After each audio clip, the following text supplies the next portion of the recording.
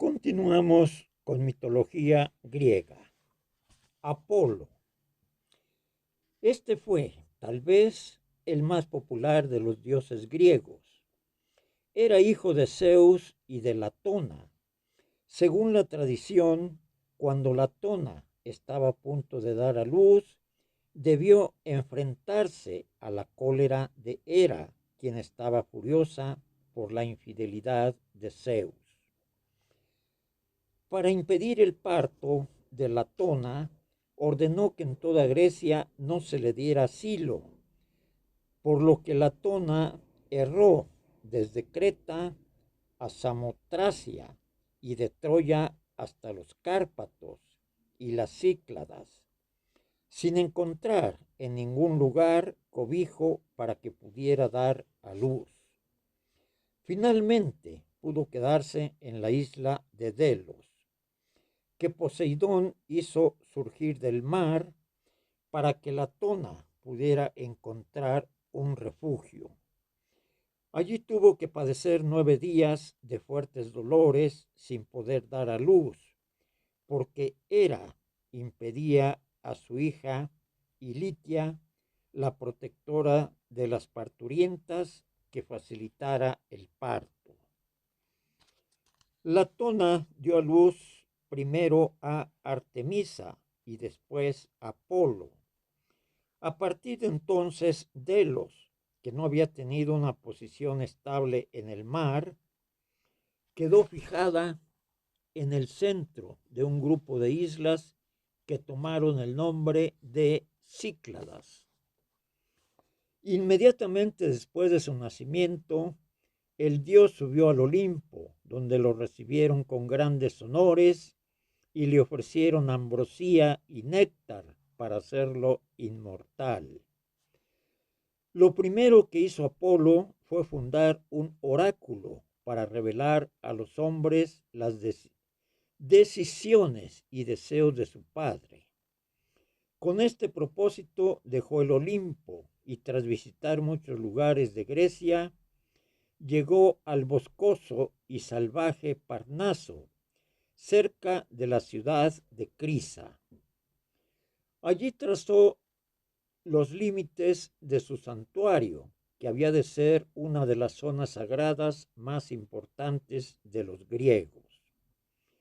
De acuerdo con la tradición, la zona había pertenecido primero a la diosa Gea, entre paréntesis, la tierra, quien tenía la capacidad de comunicar oráculos. Por aquel tiempo, la zona estaba guardada por una feroz serpiente llamada Pitón, serpiente que había hecho nacer Hera para atormentar a su rival Latona. Pero Apolo mató a la serpiente y fundó allí su primer santuario, y por esta razón más tarde se llamó Pitio. Y la sacerdotisa del oráculo, Pitia, entre paréntesis, también llamada Pitonisa. Después de matar a la serpiente Pitón, Apolo viajó a Tempe, en Tesalia, para purificarse de la mancha causada por esa muerte. En conmemoración de ese hecho, cada 8 años se celebraban en Delfos unas solemnes fiestas llamadas Septiricón.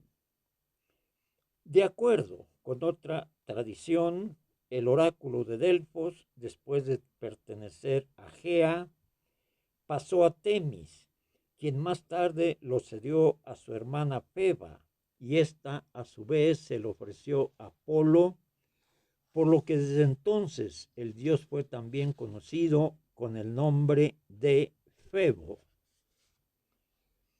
Cuando Apolo logró el poder en Delfos, se dedicó a buscar quien dirigiera su santuario.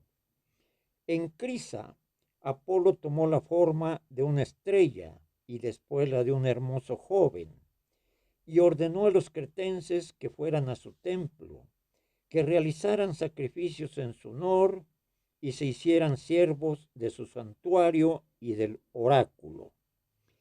Fue entonces que empezó a funcionar el oráculo de Delfos. En el Olimpo, Apolo era el dios de la adivinación de los oráculos. Fue él el primero que enseñó a los hombres el arte de la profecía, según se desprende de la narración de innumerables mitos que lo presentaron como padre de importantes adivinos, entre paréntesis, Melampo, primo hermano de Jasón, Anfiarao, hijo de un dios, y de Hipermenestra y Casandra. El don de profecía de estos personajes está vinculado con la imagen que los griegos tenían de Apolo. Era el dios de la luz y del sol. Era él quien irradiaba energía y en consecuencia derrotaba a la oscuridad. Así, a través de la luz del día, podía predecir a los hombres el futuro y transformar todo lo oscuro, lo indescifrable, en claro y evidente. Muchas tradiciones antiguas lo relacionan con la primera luz del día. A través de sus oráculos que comunicaba la Pitia, daba a los mortales los consejos adecuados, tanto a nivel personal como político. Las ciudades griegas y muchos estados extranjeros no tomaban decisiones importantes sin antes consultar el oráculo de Delfos. En este sentido, la dirección del dios jugó un papel importante en las actividades de los griegos.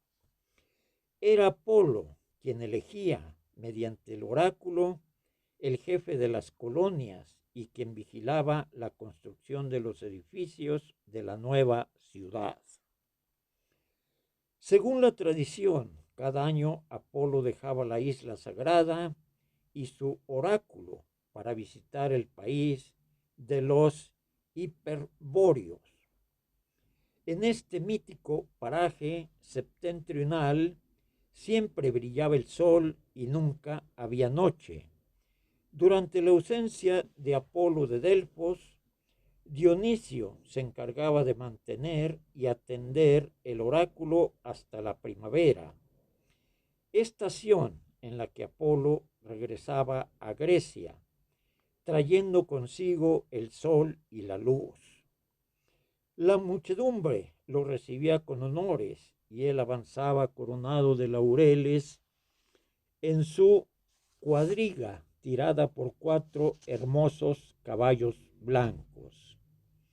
El cisne y el delfín eran los animales consagrados a Apolo, y una de sus plantas favoritas era el jacinto, que para los griegos tenía la forma de un joven particularmente hermoso. Apolo amó, pues, a Jacinto. Un día, jugando con él, con el arco y la flecha, Bóreas, el dios del viento del norte, que a su vez amaba al joven, hizo que Apolo errase el tiro y matara a su querido Jacinto. Igualmente desafortunado fue su amor por Dafne, hija del río Peneo. La ninfa pasaba su tiempo cazando en el bosque y no quería casarse ni unirse a hombre alguno. Cuando la vio Apolo, enloquecido de amor por ella, empezó a perseguirla. La ninfa corrió para escapar, pero no lo logró. Entonces pidió a su padre que la salvara, y Peneo la transformó en el árbol de laurel. Apolo, triste por no haber disfrutado de su amor, la hizo su símbolo. Por esta razón, los escritores y pintores de la antigüedad lo representaban con una corona de laurel. También era de laurel la corona con que se premiaba a los vencedores en los Juegos Pitios. Y la Pitia, al comunicar sus oráculos, mascaba hojas de laurel. Por otro lado, se considera que el primer templo de Apolo en Delfos era una simple choza construida con ramas de laurel, igual que otros de sus templos en Eretria, en Boecia. Con frecuencia se representa al dios sosteniendo el arco que lleva desde el momento de su nacimiento. Con sus certeras flechas protegía a sus héroes predilectos y castigaba a quienes lo ofendían. Con sus flechas le quitó la vida a Eurito, rey de Ecalia, que se atrevió a retar al dios en el tiro con arco, y a los 14 hijos de Niobe, quien subestimó la belleza de los hijos de Latona, de quien también se burlaba por haber tenido solo 2 hijos.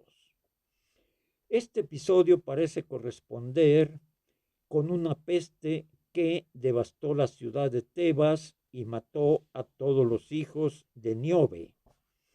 Y como sea que se atribuyen las enfermedades contagiosas al calor abrasador del sol, se atribuyó a Apolo este hecho.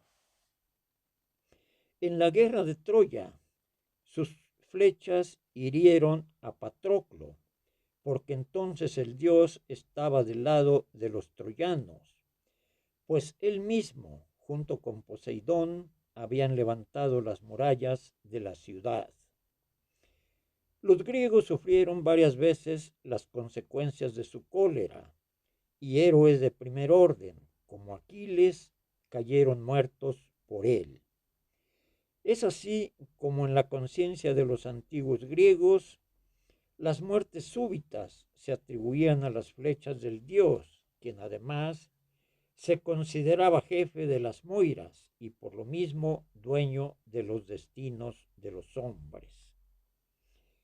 El dios de la luz, cuando enviaba la muerte, tenía, sin embargo, buen cuidado de que fuera fulminante, para de esa manera evitarle a la víctima un dolor prolongado. Además tenía la capacidad de liberar al hombre de cualquier dolor, ayudándolo en las enfermedades y a veces agraciándolo con la salud. Y si acaso castigaba las insolencias, enviando epidemias y plagas, más tarde él mismo ofrecía la medicina y limpiaba todo tipo de miasma cuando ya se había restablecido la normalidad. Por esta razón era adorado con el epíteto de iatros, sanador. Asclepios, hijo de Apolo y Caronis, inicialmente aprendió de su padre el arte de la medicina. De acuerdo con la tradición, fue Apolo quien mató a los cíclopes, que habían forjado el rayo con el que Zeus había fulminado a Asclepios por haber resucitado a Hipólito, y Zeus, para castigarlo, lo arrojó del Olimpo. Apolo se refugió en Tesalia y pastoreó los rebaños del rey Admeto. Debido a un castigo semejante, durante algún tiempo fue también pastor del rey de Troya, Laomedonte. Un tercer mito lo muestra como guardián de los rebaños. Según esta versión, Hermes robó vacas que pertenecían a Apolo y después, para expiar su culpa, le regaló su lira, hecha con el caparazón de una tortuga.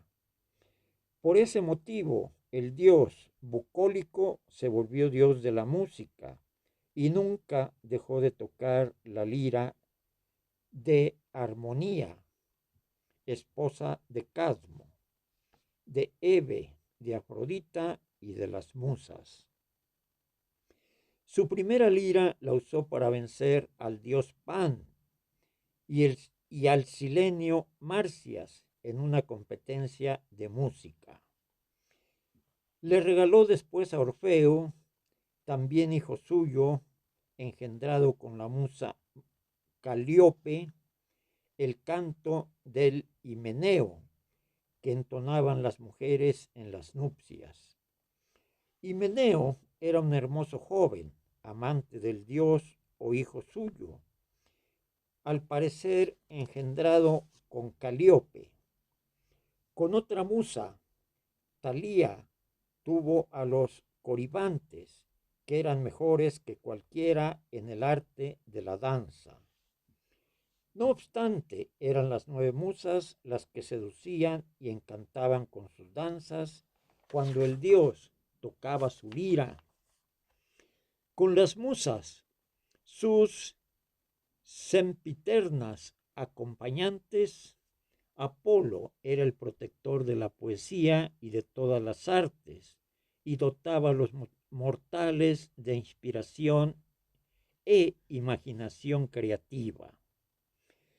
Para los hombres, Apolo representa al adolescente eterno, el poseedor de la inacabable juventud, y por eso los artistas los representan siempre con un cuerpo juvenil y cabellos largos y rubios, como irradiando la luz.